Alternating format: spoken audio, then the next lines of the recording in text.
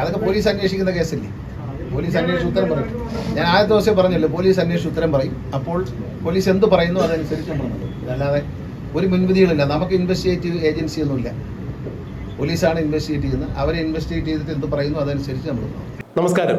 വിദേശ ടൂർ കഴിഞ്ഞ് പൊതുഗതാഗത വകുപ്പ് മന്ത്രി ഗണേഷ് കുമാർ നാട്ടിലെത്തി. ഇന്തോനേഷ്യയിലെ ബാലി ദ്വീപിലും ദുബായിലുമെല്ലാം സന്ദർശനം നടത്തി സകുടുംബം ആഹ്ലാദത്തോടു കൂടി തന്നെയാണ് മന്ത്രി എത്തിച്ചേർന്നത്. മാധ്യമങ്ങളെ കാണുമ്പോഴും മന്ത്രി പതിവ് ശൈലിയിൽ ആഹ്ലാദവാൻ തന്നെയായിരുന്നു. ഒരുപക്ഷെ വിദേശത്ത് പോയി ബീച്ച് ടൂറിസത്തിലെല്ലാം അടിച്ചു പൊളിച്ചു വന്നതിൻ്റെ ഒരു പ്രസാദാത്മകത അദ്ദേഹത്തിൻ്റെ മുഖത്ത് കാണാമായിരുന്നു. പതിവ് ശൈലിയിൽ ടെൻഷൻ ഫ്രീ ആയി തന്നെയാണ് അദ്ദേഹം സംസാരിച്ചത്. KSRTCയിൽ 10-ാം തീയതിക്ക് മുമ്പ് തന്നെ ശമ്പളം കൊടുക്കാനാകും. എല്ലാവരും അത്യുത്സാഹത്തോടു കൂടി പ്രയത്നിച്ചാൽ അങ്ങനെയെങ്കിൽ എല്ലാവർക്കും കൃത്യമായി ശമ്പളം കിട്ടും എന്നാണ് KB ഗണേഷ് കുമാർ രണ്ടാമതും KSRTCയുടെ ചുമതല ഏറ്റെടുത്തുകൊണ്ട് രംഗത്ത് വന്നപ്പോൾ പറഞ്ഞത്. എല്ലാവരും അതിന് ആത്മാർത്ഥമായി പ്രവർത്തിക്കണം. മന്ത്രി മാത്രം വിചാരിച്ചാൽ വകുപ്പിൽ ഒന്നും തന്നെ നടക്കില്ല എന്നാണ്. എന്നാൽ KSRTCയുടെ ചുമതലക്കാരനായി മന്ത്രി എത്തിയതിൻ്റെ കുറച്ച് നാൾ കഴിയുന്നതിന് മുമ്പ് MD സ്ഥലം മാറി. അങ്ങനെ യൂണിയൻ തലത്തിൽ പല തരത്തിലുള്ള മാറ്റങ്ങളും KSRTCയിൽ ഉണ്ടായി. എന്നാൽ ഏത് വിധേനയും KSRTCയെ കടത്തിൽ നിന്ന് രക്ഷിക്കും, ലാഭത്തിൽ ഓടിക്കും എന്നുള്ള ദൃഢനിശ്ചയത്തോടു കൂടി തന്നെയാണ് മന്ത്രി KB ഗണേഷ് കുമാർ KSRTCയുടെ സാരഥ്യം ഏറ്റെടുത്തത്. പൊതുഗതാഗത വകുപ്പിൽ കാലാനുസൃതമായ പല മാറ്റങ്ങളും താൻ കൊണ്ടുവരുമെന്നും അതിൻ്റെ പരിണിത ഫലമായി തന്നെയാണ് KSRTCയെ ഒരു പരിധിവരെ കടത്തിൽ നിന്ന് രക്ഷിച്ച് മുന്നോട്ടേക്ക് ഓടിക്കുവാൻ അദ്ദേഹത്തിന് സാധിച്ചതും. എന്നാൽ വായ്പ തിരിച്ചടവും ശമ്പളവും ഉൾപ്പെടെയുള്ള കാര്യങ്ങൾ ഇനിയും കൃത്യത കൈവരുത്തേണ്ടതുണ്ട്. അതിന് ഇനിയും അദ്ദേഹത്തിന് നാളുകൾ കൂടിയേ തീരൂ. ഒരു ദിവസം കൊണ്ട് കണ്ണടച്ച് തുറക്കുന്നതിന് മുമ്പ് KSRTCയെ കടത്തിൽ നിന്ന് കരകയറ്റി ലാഭത്തിലേക്ക് ഓടിക്കുവാൻ തക്ക രീതിയിലുള്ള മാന്ത്രികതണ്ട് തൻ്റെ കയ്യിലില്ല എന്ന് തന്നെയാണ് അദ്ദേഹം ഒരിക്കൽ ഒരു മാധ്യമത്തെ കണ്ടപ്പോൾ പറഞ്ഞത്. എന്നാൽ യൂണിയനുകൾക്കിടയിലുള്ള ചില അസ്വാരസ്യങ്ങളും കുടിപ്പകകളുമെല്ലാം മന്ത്രിയെ കാര്യക്ഷമമായ രീതിയിൽ മുന്നോട്ടേക്ക് കൊണ്ടുപോകുവാൻ വേണ്ടി നടക്കാത്തത്ര രീതിയിൽ, അതായത് സുഗമമായ രീതിയിൽ ഭരണം മുന്നോട്ട് കൊണ്ടുപോകുവാൻ അദ്ദേഹത്തിന് സാധിക്കാത്ത തരത്തിൽ പല തൊഴിൽ പ്രശ്നങ്ങളും യൂണിയൻ ഇടപെടലുകളും ഉണ്ടായിട്ടുണ്ട്. അതൊക്കെ ഒരു പരിധിവരെയും അദ്ദേഹത്തിന് അവഗണിച്ചുകൊണ്ടോ അല്ലെങ്കിൽ നിയന്ത്രിച്ചുകൊണ്ടോ മുന്നോട്ട് പോകുവാൻ സാധിച്ചിട്ടുമുണ്ട്. ഇന്നിപ്പോൾ വിദേശത്ത് നിന്ന് എത്തിയതിന് ശേഷം മാധ്യമപ്രവർത്തകരെ കണ്ടു കഴിഞ്ഞപ്പോൾ അദ്ദേഹം പറഞ്ഞതും ഇത് തന്നെയാണ്. KSRTCക്ക് ശമ്പളം കൊടുക്കണമെങ്കിൽ 1-2 രൂപ പോരാ, ഏതാണ്ട് 70 കോടി രൂപയുടെ അടുത്ത് വേണം എല്ലാവർക്കും ശമ്പളം കൃത്യമായി കൊടുക്കണം എന്നുണ്ടെങ്കിൽ. അതിൻ്റെ ചില ഓട്ടത്തിലാണ്. പൊതുവെ ഇപ്പോൾ സാമ്പത്തികമായി സർക്കാർ കുറച്ച് വലിച്ചിലാണ്. അതിൻ്റെ എല്ലാം ബുദ്ധിമുട്ടുകളുണ്ട്. സർക്കാർ അറിയാതെ അല്ലെങ്കിൽ സർക്കാർ ഇത്തരത്തിൽ സഹായിക്കുന്നത് കൊണ്ട് തന്നെയാണ് ഇങ്ങനെ മുന്നോട്ട് കൊണ്ടുപോകാൻ സാധിക്കുന്നത്. അതുകൊണ്ട് സർക്കാർ അറിയാതെ ഒരു കാര്യവും നടക്കില്ല എന്നുള്ളത് മാധ്യമ സുഹൃത്തുക്കൾക്ക് അറിയാമല്ലോ. എങ്കിലും ഇന്ന് ശമ്പളം കൊടുക്കുവാനുള്ള തീരുമാനങ്ങളൊക്കെ ആയിട്ടുണ്ട് എന്ന് തന്നെയാണ് മാധ്യമങ്ങളെ കണ്ടപ്പോൾ അദ്ദേഹം തുറന്നു പറഞ്ഞത്. KSRTCയുമായി ബന്ധപ്പെട്ട് പൊതുഗതാഗത വകുപ്പുമായി ബന്ധപ്പെട്ട് ചില പരിഷ്കരണങ്ങൾ വരുന്നുണ്ട്. അത് തിരഞ്ഞെടുപ്പ് പെരുമാറ്റച്ചട്ടം നിലവിൽ നിൽക്കുന്നതിനാൽ ഇപ്പോൾ നിങ്ങളോട് പറയാൻ സാധിക്കില്ല. എങ്കിലും നിങ്ങൾക്ക് ഞാനൊരു സൂചന തരുന്നു. ഈ വരുന്ന 4-ാം തീയതിക്ക് ശേഷം, അതായത് ജൂൺ 4-ാം തീയതിക്ക് ശേഷം ഇലക്ഷൻ ഫലം പ്രഖ്യാപിച്ചതിന് ശേഷം ഞാനത് പറയും. നിങ്ങൾക്ക് സന്തോഷകരം തന്നെയുള്ള ഒരു വാർത്ത തന്നെയായിരിക്കും എന്നാണ് KB ഗണേഷ് കുമാർ പറഞ്ഞത്. ഇതിൽ കൂടുതൽ എന്തെങ്കിലും നിങ്ങളുമായി പങ്കുവയ്ക്കാൻ ഈ അവസരത്തിൽ കഴിയില്ല. കാരണം തെരഞ്ഞെടുപ്പ് പെരുമാറ്റച്ചട്ടം നിലനിൽക്കുന്നത് തന്നെയാണ് കാരണം. ഇതിനിടയിൽ പൊതുഗതാഗത വകുപ്പുമായി ബന്ധപ്പെട്ട് ലൈസൻസ് കൊടുക്കുന്ന ചില പ്രശ്നങ്ങൾ മാധ്യമപ്രവർത്തകർ ഉന്നയിക്കുകയുണ്ടായി. അത് തർക്കങ്ങൾ ഉണ്ടായിരുന്നു. ആ തർക്കങ്ങൾ വേണ്ടപ്പെട്ട ആളുകളുമായി ചർച്ച ചെയ്ത് പരിഹരിക്കാൻ സാധിച്ചിട്ടുണ്ട്. ഇനി കഴിഞ്ഞ നാളുകളിലുണ്ടായ അത്തരം പ്രശ്നങ്ങളോ അല്ലെങ്കിൽ വിഷയങ്ങളോ ഡ്രൈവിംഗ് ടെസ്റ്റ് നടത്തുമ്പോഴോ ലൈസൻസ് കൊടുക്കുമ്പോഴോ ഉണ്ടാകില്ല എന്ന് തന്നെയാണ് KB ഗണേഷ് കുമാർ പറഞ്ഞത്. ഇതിനിടയിൽ ഒരു മാധ്യമപ്രവർത്തകൻ KSRTCയിലെ താൽക്കാലിക ഡ്രൈവറായ യദുവിൻ്റെ വിഷയം ഉന്നയിക്കുകയുണ്ടായി. യദുവിന് KSRTCയിലേക്ക് തിരിച്ചെടുക്കുവാൻ എന്താണ് ഉദ്ദേശമുണ്ടോ എന്ന് തന്നെയാണ് മന്ത്രിയോട് ചോദിച്ചത്. എന്നാൽ ഇക്കാര്യത്തിൽ തനിക്ക് ഒരു മുൻവിധിയുമില്ല എന്നും യദുവിനെ എതിരെ ഇപ്പോൾ കേസ് അന്വേഷണം നടക്കുന്നുണ്ട്. ആ കേസ് അന്വേഷണത്തിന് എനിക്ക് സ്വന്തമായി ഇൻവെസ്റ്റിഗേഷൻ ഏജൻസികളൊന്നും തന്നെയില്ല. കേരളത്തിലെ ഇൻവെസ്റ്റിഗേഷൻ ഏജൻസി എന്ന് പറയുന്നത് കേരള പോലീസാണ്. അവർ ഈ കേസ് അന്വേഷിക്കുന്നുണ്ട്. ആ കേസ് അന്വേഷിച്ച് അന്വേഷണ റിപ്പോർട്ട് കയ്യിൽ കിട്ടുന്ന മുറയ്ക്ക് യദുവിൻ്റെ കാര്യത്തിൽ യുക്തമായ തീരുമാനം എടുക്കും എന്നാണ് മന്ത്രി പറഞ്ഞത്. എന്നാൽ മന്ത്രിയുടെ ഈ മറുപടി വളരെ ഒഴുക്കൻ മട്ടിലുള്ള ഒന്ന് തന്നെയായിരുന്നു. അതായത് ഗവൺമെന്റിന്റെ താല്പര്യങ്ങൾക്ക് അപ്പുറത്തേക്ക് അല്ലെങ്കിൽ CPMന്റെ താല്പര്യങ്ങൾക്ക് അപ്പുറത്തേക്ക് ഈ വിഷയത്തിൽ എനിക്ക് എന്തെങ്കിലും പറയാൻ കഴിയില്ല എന്നുള്ള അർത്ഥം തന്നെയായിരുന്നു മന്ത്രിയുടെ വാക്കുകളിൽ അടങ്ങിയിരുന്നത്. 10-17 ദിവസമായി ഒരാൾ ജോലിയില്ലാതെ, അതും താൽക്കാലിക ജീവനക്കാരനായ 700-710 രൂപയ്ക്കോ ജോലി ചെയ്യുന്ന ഒരാൾക്ക് 10-17 ദിവസമായി ജോലിയില്ല. അയാൾക്ക് വേറെ എവിടെയെങ്കിലും ജോലിക്ക് പോകാൻ സാധിക്കില്ല. KSRTCയുടെ താൽക്കാലിക ഡ്രൈവറായി ജോലി നോക്കുന്ന അയാളെ സർവീസിൽ നിന്ന് ഏതാണ്ട് പിരിച്ചുവിട്ട അവസ്ഥയിൽ തന്നെയാണ് ഇപ്പോൾ നിൽക്കുന്നത്. തിരുവനന്തപുരം മേയർ ആര്യ രാജേന്ദ്രനും ആര്യ രാജേന്ദ്രൻ്റെ ഭർത്താവായ സച്ചിൻ ദേവ് MLAയുമായിരുന്നു യദുവിനെ ഇപ്പോൾ ജോലിയിൽ നിന്നും മാറ്റി നിർത്തിയിരിക്കുന്നതിൻ്റെ വിഷയങ്ങൾക്ക് പിന്നിൽ ചുക്കാൻ പിടിച്ചത്.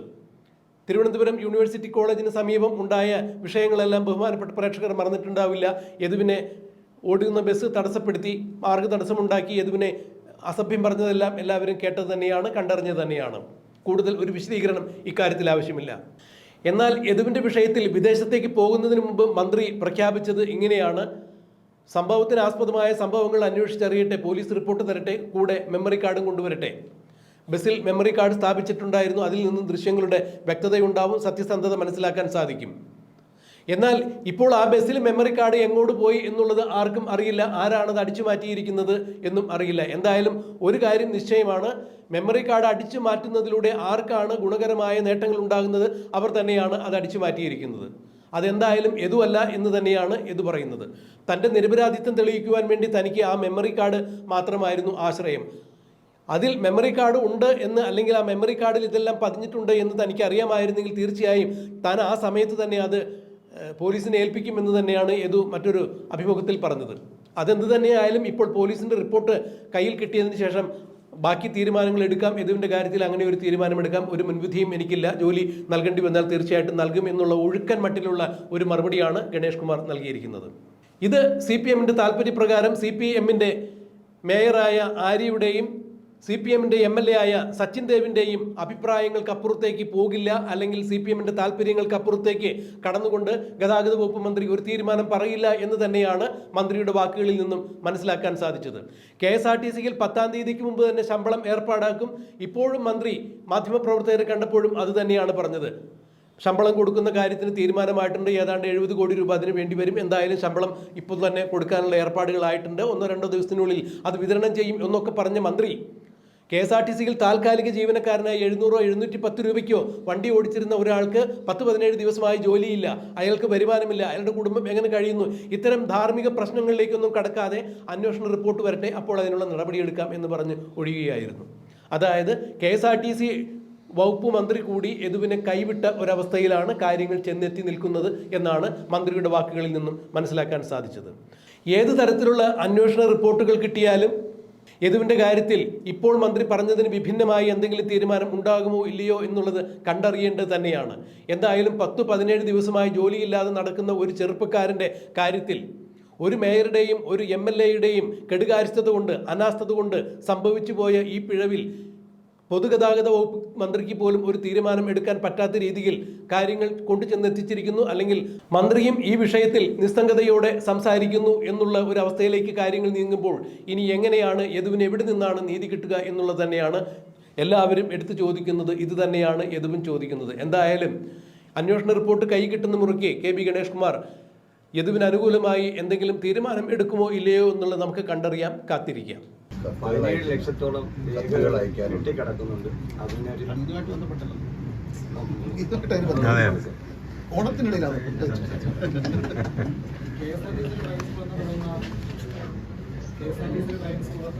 എത്രയും 2-3 മാസം തുടങ്ങും. ഒരു ഫണ്ട് അനുവദിക്കാണ്ട, ഫണ്ട് അനുവദിച്ചു വന്നാൽ ഉടൻ തുടങ്ങും. നല്ല ലൈസൻസ് ആയിരിക്കും, ഒരു സംശയം. എല്ലാ സൗകര്യവും ഉണ്ടാവും, തിയറി ക്ലാസ് ഉണ്ടാവും, എല്ലാ സംവിധാനവും ഉണ്ടാവും. അവർ കാത്തിരിക്കേണ്ടത്. അതെ, ധൈര്യമായിട്ട് കാത്തിട്ടുള്ളൂ. KSRTC ലൈസൻസ് അടിപൊളി ലൈസൻസ്. അല്ല, ഇപ്പൊ കൊടുത്തല്ലോ, ഇന്നിപ്പോ റെഡി ആയിട്ടുണ്ട്.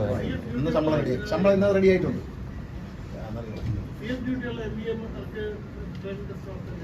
എന്തോ ഫിറ്റ്നസിന് വേറെ 2 ദിവസം വെക്കുന്നുണ്ട്. അവർക്ക് അവിടെ പോവാം. ഒരേ സമയം 2 നടത്താൻ പറ്റില്ല. ഉമ്പടി അവിടെയും കണ്ടു, ഉമ്പടി ഇവിടെയും കണ്ടു എന്ന് പറയാൻ പറ്റില്ല. ഒരിടത്തെ പറ്റും. ആഴ്ച 4 ദിവസം ടെസ്റ്റ്, ഡ്രൈവിംഗ് ടെസ്റ്റ് നടത്തും. ബാക്കി 2 ദിവസം ഫിറ്റ്നസ് ചെയ്യും.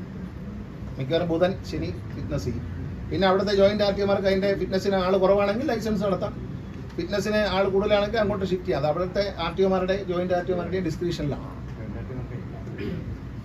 അവരുടെ ഡിസ്ക്രിപ്ഷനിലാണ്. നമ്മളതിനകത്ത് നിർബന്ധം പറയില്ല. ഇപ്പോൾ വണ്ടി ടെസ്റ്റ് ചെയ്യാൻ ആരും വന്നില്ല, ഫിറ്റ്നസിന് ആരും ഇല്ലാത്തൊരു സമയമാണെങ്കിൽ അവർക്ക് ഒരു ദിവസം കൊണ്ട് ചെയ്യാൻ പറ്റുന്ന അടുത്ത ദിവസം അവർക്ക് ലൈസൻസിന് മാറ്റി വയ്ക്കും. ഈ ലൈസൻസിൻ്റെ ബാക്ക്ലോഗ് ഈ 10 എന്നുള്ളത് തെറ്റാണ്. 10 ലക്ഷം ഇല്ല, അത് കുറവാണ്. അത് നാളെ കറക്റ്റ് വിവരങ്ങൾ മാധ്യമങ്ങളെല്ലാം തരും. അത് കണ്ടതിന് ശേഷം നമുക്ക് എവിടെയാണോ കൂടുതൽ കെട്ടിക്കിടക്കുന്നത് അവിടെ ആളെ റിക്രൂട്ട് ചെയ്ത് നമ്മൾ ചെയ്യും. കൂടുതൽ ടെസ്റ്റ് ഇത് പറയുന്ന അപ്പുറത്ത് ലംഘിച്ചുകൊണ്ട് ചെയ്യുന്ന ആളുകൾ വിവരം മതി. അവരെ പരിശീലനങ്ങൾ കണ്ടതാണല്ലോ, അപ്രായോഗികമാണെന്ന് നമുക്ക് മനസ്സിലായല്ലോ എല്ലാവർക്കും. ജനങ്ങളെ ബോധ്യപ്പെടുത്താൻ വേണ്ടിയാണ് അത് ചെയ്തത്. അങ്ങനെ അത്ഭുത നടപടി വരും, അതിന് നടപടി വരും. അതൊക്കെ പോലീസ് അന്വേഷിക്കുന്ന കേസല്ലേ, പോലീസ് അന്വേഷിച്ച് ഉത്തരം പറയും. ഞാൻ ആദ്യത്തെ ദിവസം പറഞ്ഞല്ലോ, പോലീസ് അന്വേഷിച്ച് ഉത്തരം പറയും. അപ്പോൾ പോലീസ് എന്ത് പറയുന്നു അതനുസരിച്ച് നമ്മൾ നടക്കും. അതല്ലാതെ ഒരു മുൻവിധികളില്ല. നമുക്ക് ഇൻവെസ്റ്റിഗേറ്റീവ് ഏജൻസി ഒന്നുമില്ല, പോലീസാണ് ഇൻവെസ്റ്റിഗേറ്റ് ചെയ്യുന്നത്. അവരെ ഇൻവെസ്റ്റിഗേറ്റ് ചെയ്തിട്ട് എന്ത് പറയുന്നു അതനുസരിച്ച് നമ്മൾ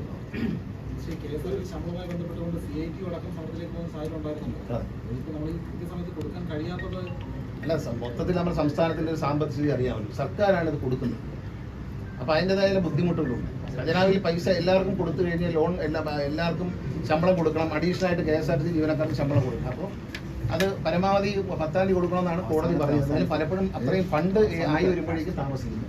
അതുകൊണ്ടാണ് വരുന്നത്. കാരണം 10-70 കോടി രൂപ വേണം, ചെറിയ പൈസയല്ല. 2 ഗഡുക്കളായിട്ട് വിടുമ്പോൾ 70 കോടിയോളം വരും.